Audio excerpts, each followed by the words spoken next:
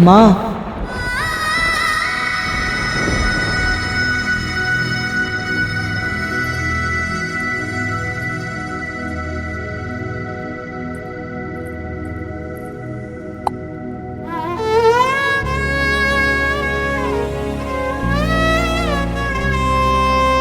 जीवन को जीव दिया तूने माँ, संसार से परिचय कराया तूने माँ।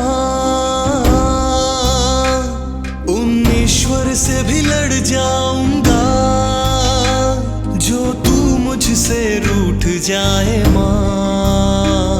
अपना हर सुख तूने मुझको दिया, मेरे हर दुखों को हर लिया तूने माँ, लिया तूने माँ।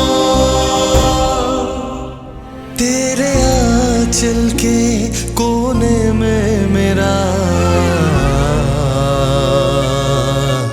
संसार है माँ,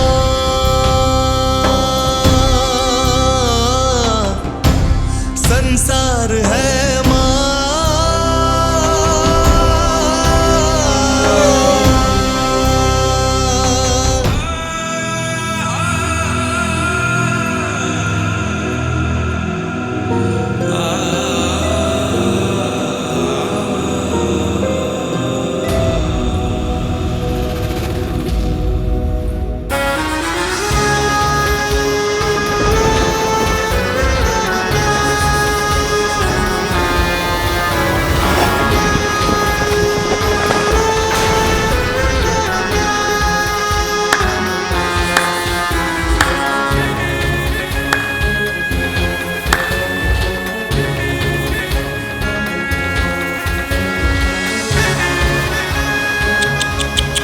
क्या हुआ?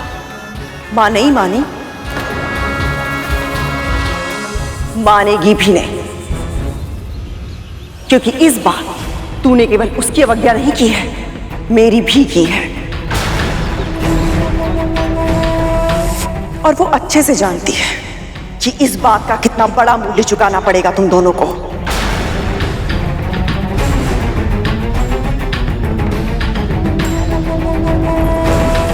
घूर क्या रहा है? पिछली बार जो तूने दुस्साहस किया था उसका क्या परिणाम मिला था तुझे? भूल गया है?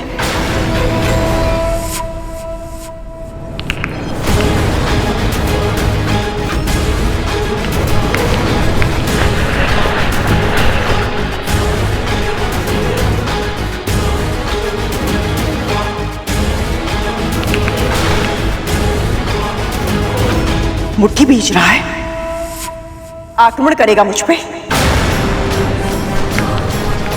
क्या किया है मैं? किस बात का क्रोध है मुझ पर?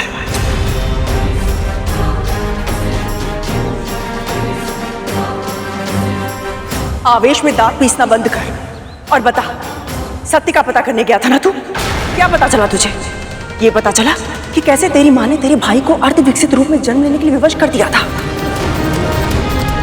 क्या फिर ये पता चला कि कैसे उसने शर्त लगाने के अवगुण के कारण तेरा और अपना जीवन दांव पर लगा दिया था?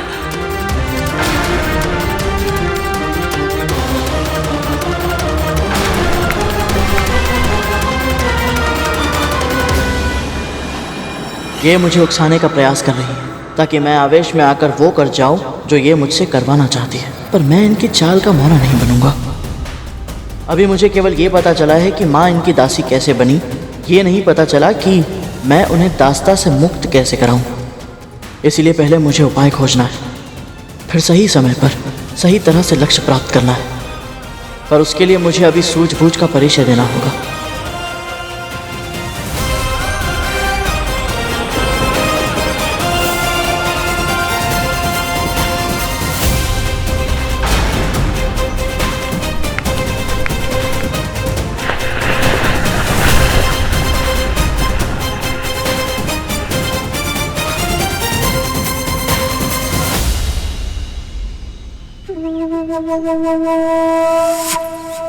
इसका अर्थ है तू मुझे सत्य नहीं बताएगा। ठीक है, मैं ही तेरी माँ को जाके सत्य बता देती हूँ कि तू कहाँ गया था।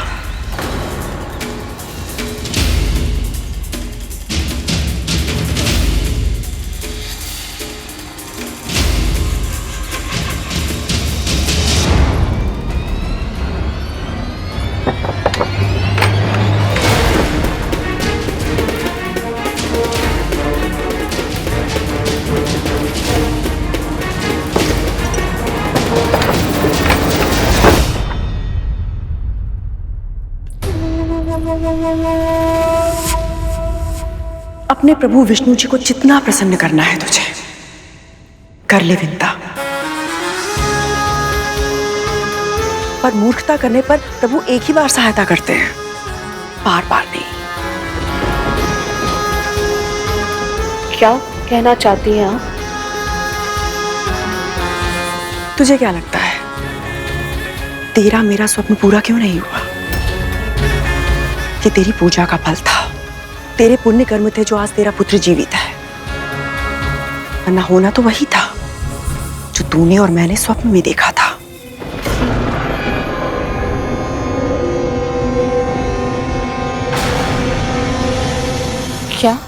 क्या लगा था तुझे? तेरा पुत्र भ्रमण पर गया था या संसार देखकर लौटा है? असुरों की सेना के साथ युद्ध करके आया है तेरा पुत्र।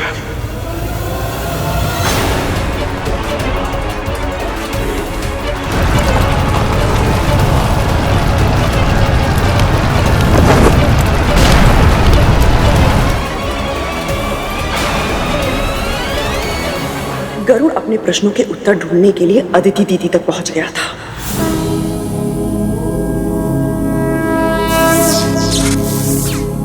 जहां उनकी तपस्या को भंग करने के लिए असुर सेना गई हुई थी। पर तेरा मूर्ख पुत्र बिना अपने प्राण की परवाह किए उस सेना को रोकने की मूर्खता कर रहा था। वज्रांग ने युद्ध स्थल से उसको हटाने के लिए अपना दूत भी भेजा। जाओ जाओ, चले जाओ। किंतु इसने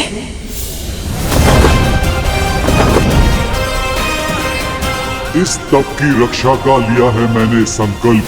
युद्ध भी अवश्य करूंगा यदि ना रहा कोई विकल्प। बालक समझकर वज्रांग स्वयं उसे समझाने गया था, किंतु समझने के स्थान पर उसने असुर सेना के सेनापति वज्रांग को ही चुनौती दे दी। मैं बल का प्रयोग नहीं करना चाहता। आपके पास विकट दैत्य, इतनी बड़ी सेना है, किंतु मैं भी दुर्बल नहीं। ये सब उसने तुझसे ही सीखा है ना विंता? अदिति के तप स्तर पर रक्षा रेखा खींच दी और उस रक्षा रेखा को पार करने के लिए सेना को ललकार दिया। यदि आपकी सेना का कोई एक भी योद्धा इस रेखा को पार कर लेगा, मैं स्वयं अपनी हार मारकर यहां से चला जाऊंगा। विश्वास नहीं हो रहा ना तुझे कि तेरा पुत्र सत्य में इतना मूर्ख है? वज्रांग ने उसे प्रेम से बहलाने फुसलाने का भी प्रयास किया, भोजन भेजा उसके लिए, किंतु उसने क्या किया?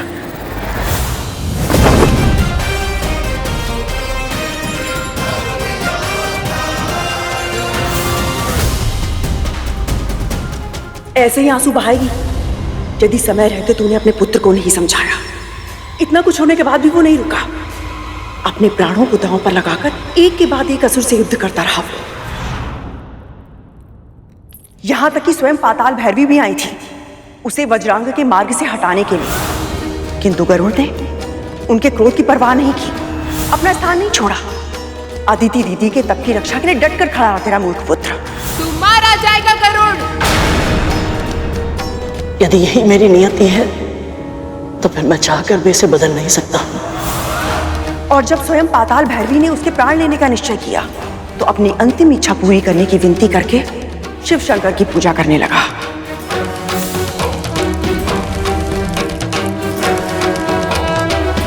अब भस्म से त्रिपुंड बना।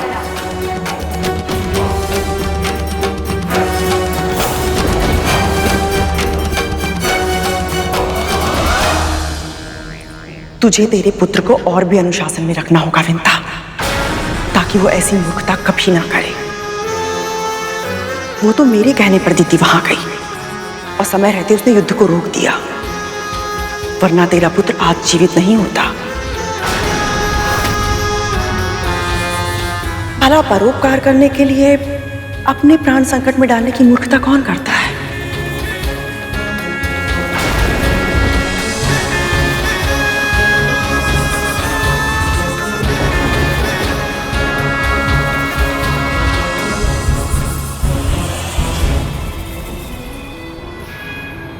अब आएगा आनंद।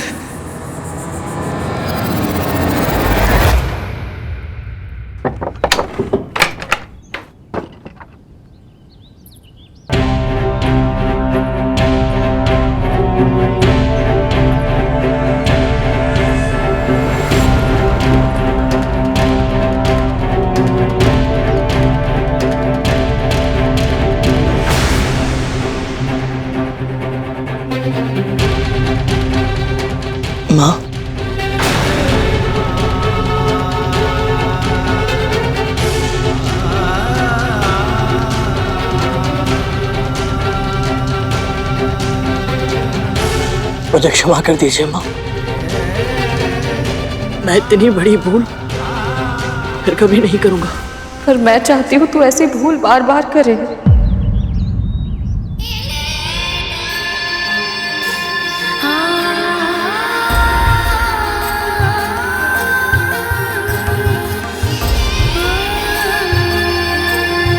मुझे गर्व है तुझ पर।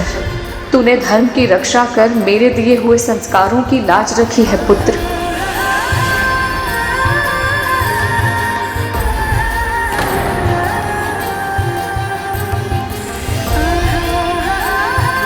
मुझे तो लगा था कि मेरी बातें सुनकर विंता गरुड़ को दंड देगी, किंतु ये क्या हो रहा है?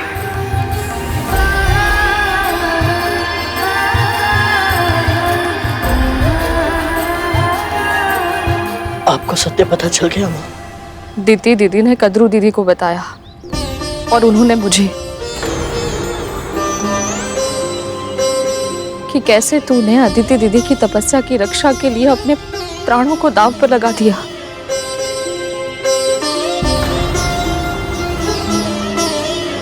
मेरा पुत्र इतना बड़ा हो गया और मुझे पता ही नहीं चला।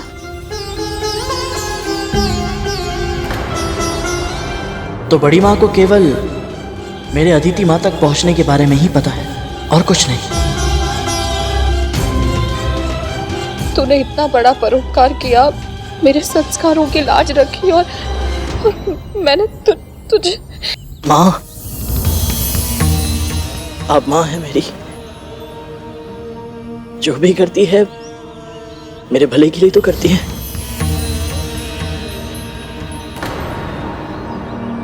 और वैसे भी माँ के हाथों से मार खाने का सौभाग्य तो बहुत भाग्यशाली संतानों को ही प्राप्त होता है।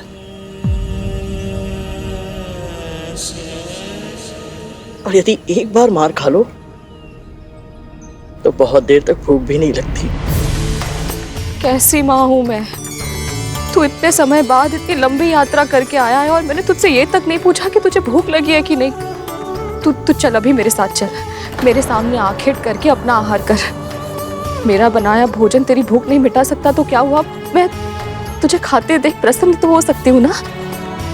सच माँ, आप मेरे साथ चलेंगी? तो फिर अभी चलिए। मुझे पता है मेरी यात्रा के बारे में आपको बहुत कुछ बताना है। माँ, मैंने बहुत कुछ नया देखा, बहुत जाना, सब कुछ समझा। मैं सब कुछ बताऊंगा आपको।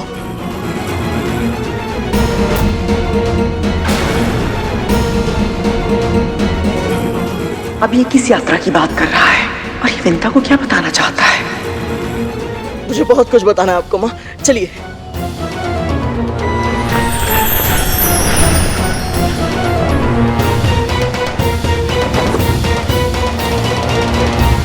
अवश्य गरुड़ को मेरे सत्य के विषय में कुछ न कुछ ज्ञात है, किंतु क्या हो सकता है दीदी को इस विषय में कुछ ज्ञात हो?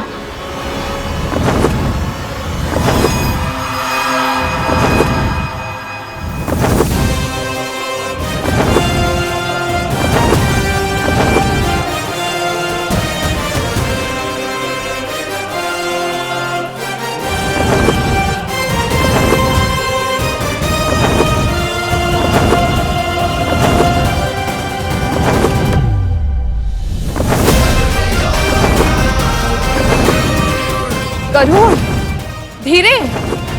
तेरी माँ को अभ्यास नहीं है इतनी ऊंचाई का। महाप्रभु विष्णु, मेरे जीवन को इस पुत्र के रूप में साक्षात आनंद से भर दिया है आपने। अपना आशीर्वाद हम दोनों पर सदैव बनाए रखिएगा।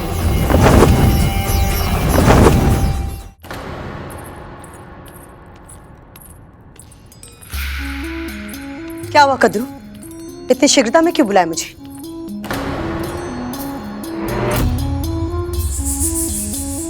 ये देना था तुम्हें।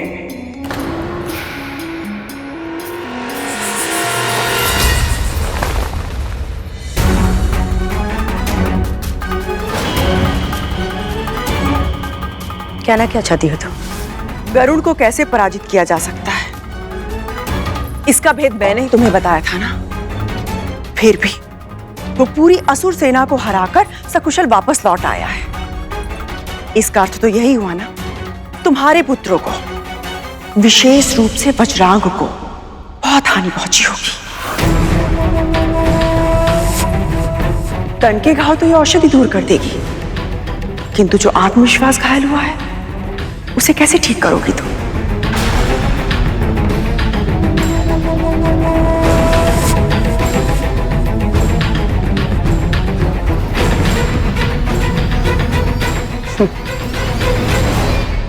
तुम्हें मेरे पुत्रों के लिए विचलित होने की आवश्यकता नहीं है कद्रू।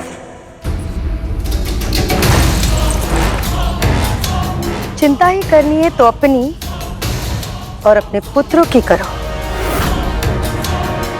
क्योंकि बल और बुद्धि दोनों में ही तीव्र है करुण। यदि इतना जानने के बाद भी उसने अब तक कुछ नहीं बताया तो एक ही अर्थ हो सकता है। क्या करने वाला है वो? और इतना जानने के बाद भी ऐसा क्यों कहा तुमने? क्या जानता है वो? स्वयं क्यों नहीं पूछ लेती जाकर अपनी दासी और उसके पुत्र से? और हाँ, यदि उन दोनों ने सत्य नहीं बताया तो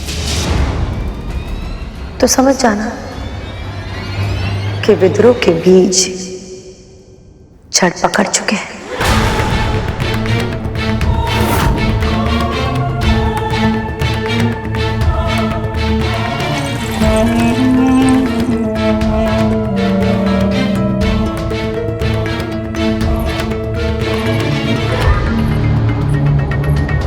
तो क्या करो? सब कुछ जानता है? यदि हाँ, तो अब तक शांत क्यों है? क्या उसका ये मौन किसी बहुत बड़ी आंधी का सूचक है?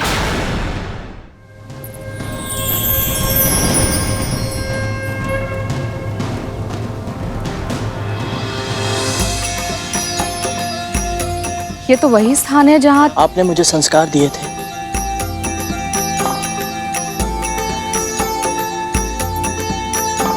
मैंने तो केवल इस धागे में गांठें लगाई, पर तूने मेरी हर बात पर अपने मन में गांठ बांधी, मेरे वचनों को स्मरण रखा और उन्हीं के अनुरूप कर्म किया। मैंने जो सिखाया पूरी गंभीरता से तूने उसका पालन किया। तो उसका पालन ना करने का भी विकल्प था क्या मेरे पास? ये बात मेरे मस्तिष्क में आई कैसे नहीं?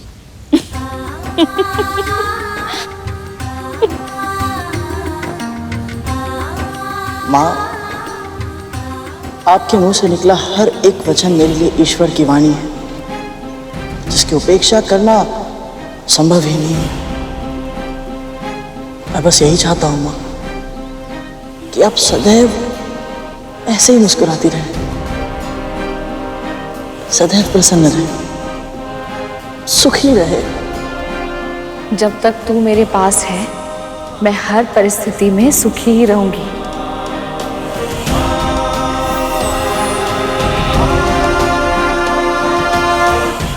हमारी माँ दीदी ने इसे वचन दिया था कि हम असुर देव माता अदिति को सुरक्षित छोड़ देंगे, पर यह वचन नहीं दिया था कि हम इस पक्षी और इसकी मां पर आक्रमण नहीं करेंगे।